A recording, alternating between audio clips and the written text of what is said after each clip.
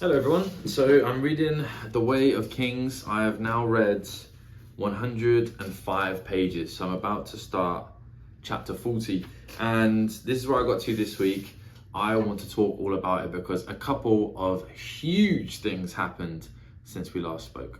So I'm on part 3, and it's mainly split between two characters. So it's split between Shallan, whose name I'm mispronouncing, and Kaladin. So I want to start with Shallan because the huge things happen in both storylines.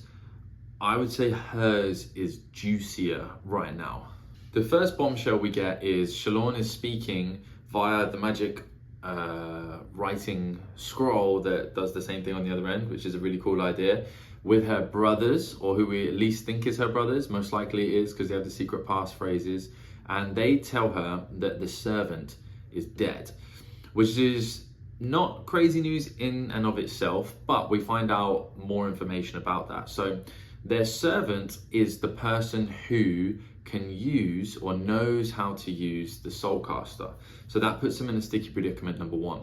Number two, it's suspicious circumstances, because they don't necessarily say this, but the men who gave their father the soulcaster had come to get it back. And I think it's quite suspicious that the servant died at the same time as those men appearing. We also find out that there's like a 3-diamond kind of badge or seal or crest that the servant had been wearing around their neck. And I believe those men who came to see her brothers also have that same, I don't know if they had a necklace, but maybe they had a tattoo or something along those lines where they had the same thing. So it gives the impression of, I don't want to say cults, but maybe a cult, or at least a group of people pushing towards one aim, probably relatively secretive. Now, her brother's idea was that they think those men were pushing their father to become a high prince. I think it's much more focused around something else. I don't think they have any interest in him becoming a high prince. I think it's much more focused around the maps and what they were digging down into the earth to try and find. So that's my guess there. The reason our storyline is so juicy is because we don't know what's happened previously. Now, although that's the same with Kaladin and we're slowly learning his backstory, we're not really getting those flashbacks with Shallan. So, and we know, like, I'm pretty certain that she already killed her father. So we'll get onto that.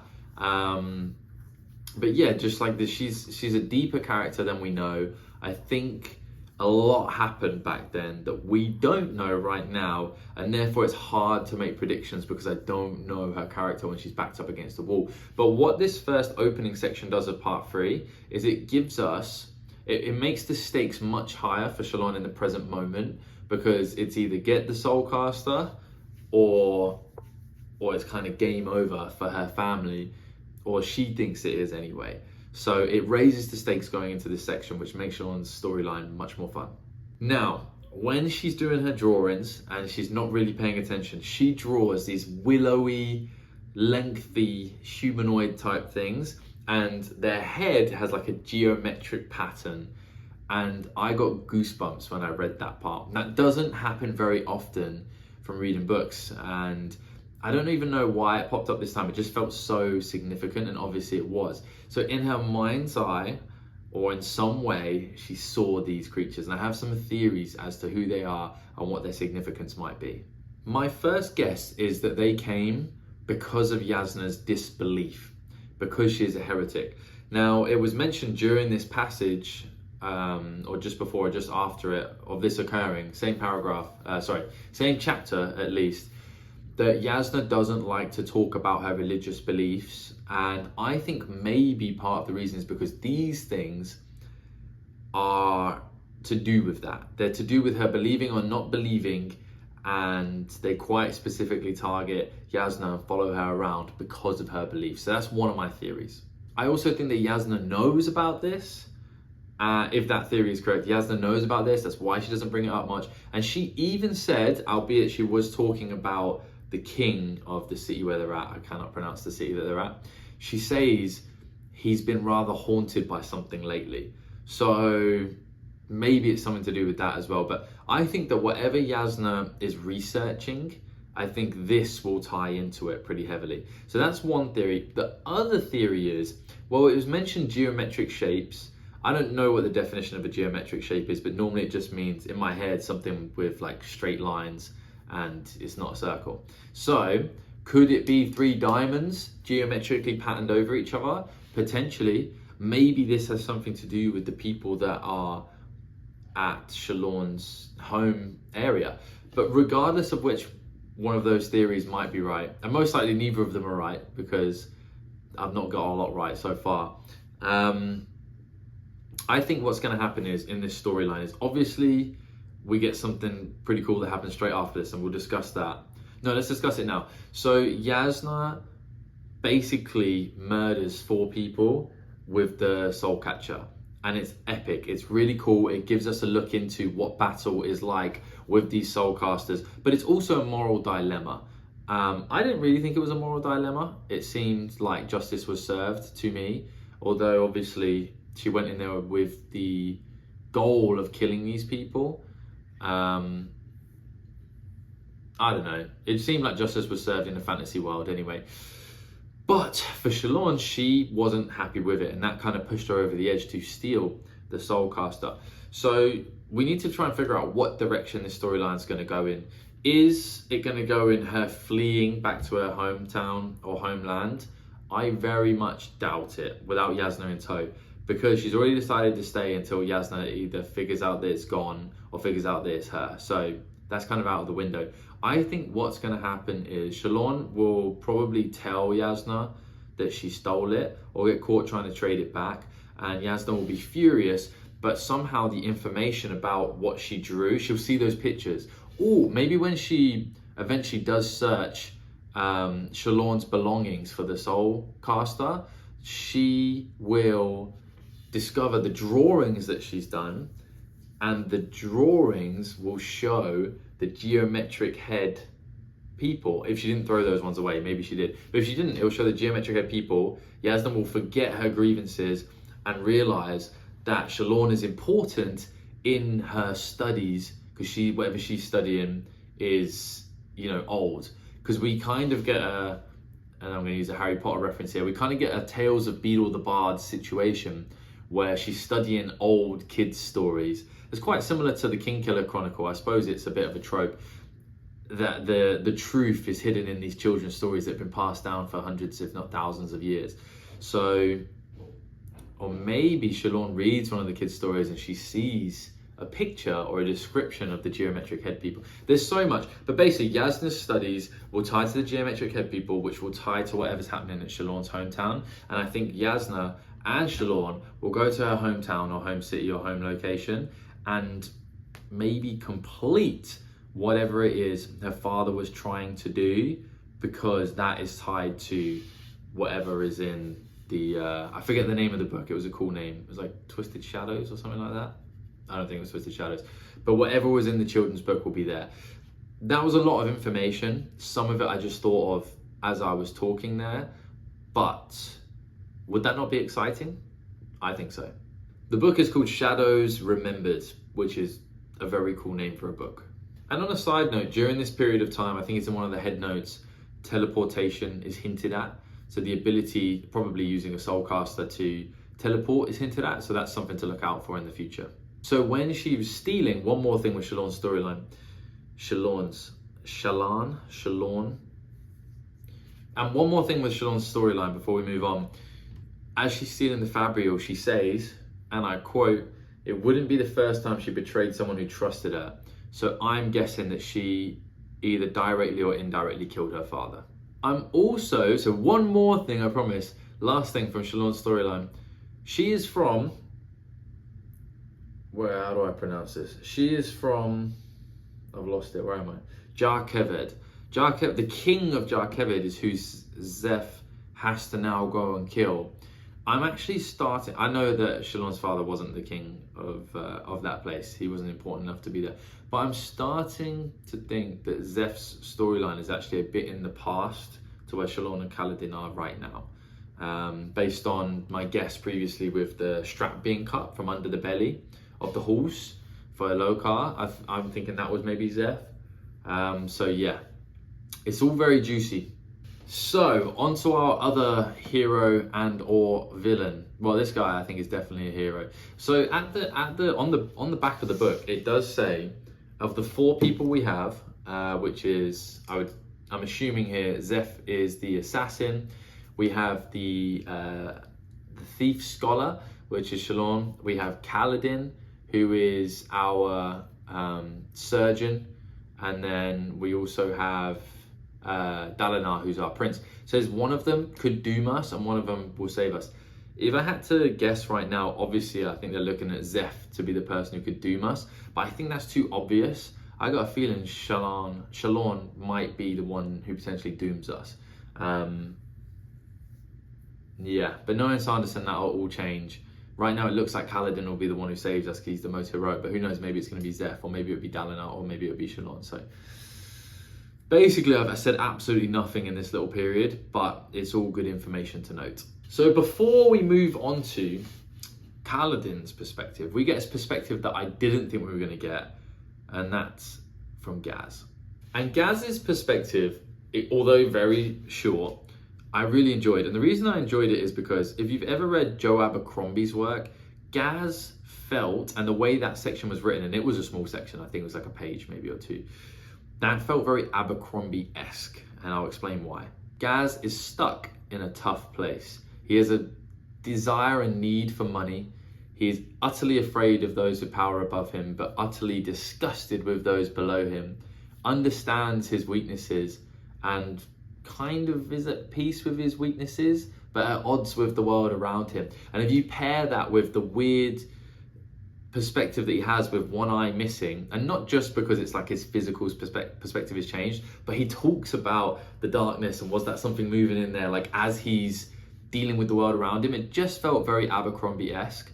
If you've read both authors and you know the section I'm talking about, let me know if you thought the same thing. I thought it was cool. It's not that I don't like Sanderson's characters. I love a lot of them. They're absolutely incredible. But I do think someone like Abercrombie makes more interesting characters because of how he does those things and those perspectives and those truly great characters that you can love sometimes and absolutely hate. And although it was a couple of pages, I just really thought that Gaz's section was cool and it added depth to the story and it was interesting, and I would read a lot more of it because of the way it was written. Anyway, on to Kaladin. And first of all, we're going to talk about his past that we get in this section here. I would like to say that Kaladin's father is a great man. However, I was surprised that he stole the spheres. Not that I disagree with him. I think his reasoning was good, but it did surprise me. However, I do still think he's a great man. From when he went to the Light Eyes house and the way he stood up to them and the plans that he has in place, like he just seems like a solid dude, and everybody would be proud to have that as a father. And the sad thing is, I know that storyline has to end with the death of his father, mother, and brother, and it surely has to be at the hands, or at least the orders of the Light Eyes, the new City Lord whose name I've forgotten. However, my prediction is, I'm pretty certain, or I'm predicting, that I think her name is Laurel, his love interest, who now is absolutely not interested in him because she has to live with these proper Light Eyes, and she probably doesn't truly believe it, but she's just in survival mode, so she's acting like Dark Eyes aren't as important or as second-class citizens. So I think in the future, I think Laurel's still around and we're going to bump into her at some point. Maybe she's married to a Bright Lord now, or maybe she's just important. And she's already important, so she's probably continued to be important. And I think probably we're going to run into the City Lord's son, who is maybe going to be pretty heavily involved in the death of Kaladin's family. Maybe that son is now a Bright Lord, and maybe Kaladin kills him for his armor. That would be awesome.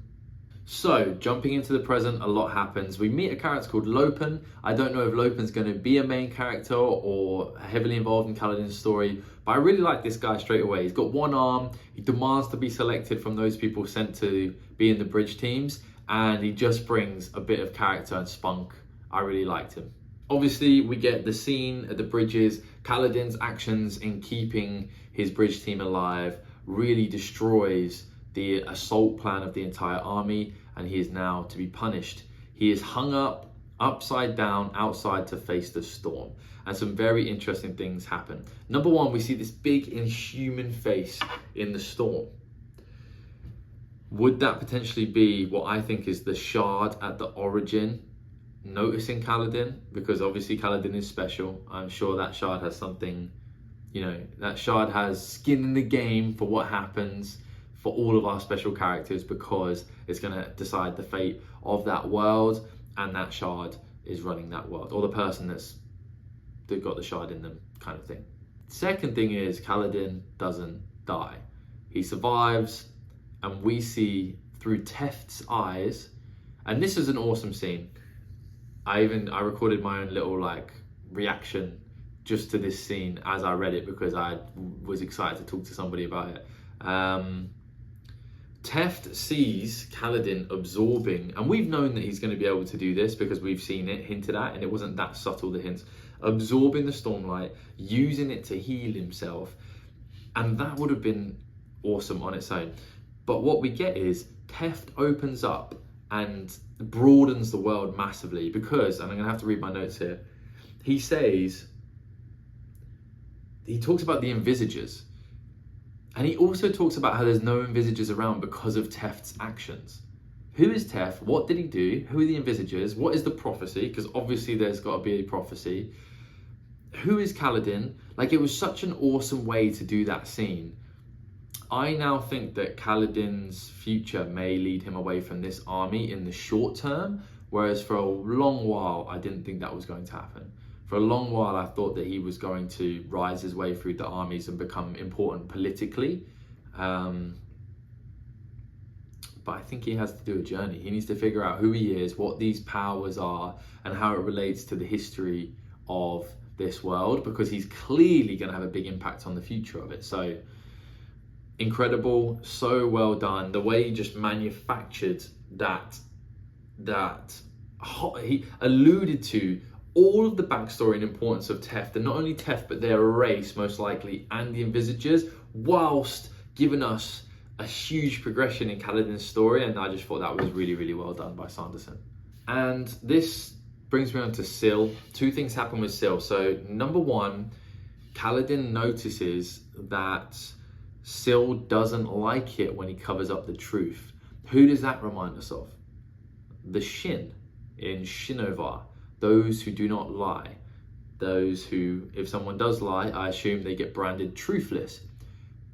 Was Syl a Shin or from that region?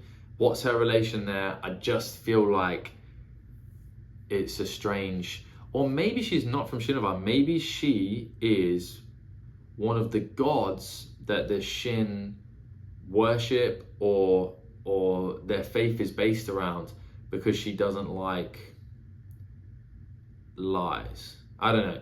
I'm kind of going around in a circle here, but Shin, Syl, Shin, the truth, something.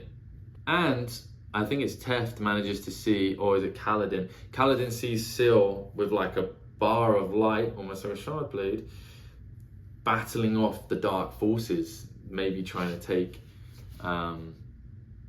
Kaladin potentially. So that alludes a bit more to the Spren and the souls, and honestly, this is so well done. I feel like the foundations are being laid for such a huge and complicated story, and I'm excited. Having read the Wheel of Time is the only series that I've read that is I've read a lot of series with a lot of books, but nothing as well done and deep as the Wheel of Time, and it is definitely reminding me of that. This feels like Sanderson's epic. This feels like this is the best work of Sanderson that I've read, hands down. Not that I've read loads, I know there's a lot more to his Cosmere, but this is easily shaping up to be his best work. And I think the complexity of it's being handled so well, because we get these interludes, so it helps build out the world without distracting from the main storylines. And we have 3 main storylines, and then, I suppose Zeph's is half of a storyline, because although it's there, it's more included in interludes. And in each story, we have more than enough time. Each storyline, so obviously that's Dalinar, that's Shallan, and that's our boy Kaladin. We're getting a lot of depth. We're learning, in some of their cases, like Kaladin's, we're going back to his previous storyline and building that out at the same time. And although there's a lot that we don't know, none of it's confusing, none of it feels forced, and none of it is really stagnant. So that's why I say this is some of his best work, because it's complicated, but he's also being patient with the overall theme of things and helping me build up a really big picture of his world, whilst moving the story at a good pace. So yeah, I'm a happy reader so far. If you've enjoyed this, please like and subscribe. I really enjoy making the videos and it helps the channel grow. I've done this with a lot of different series, as you can see on my channel. Other than that, I'll see you on the next one.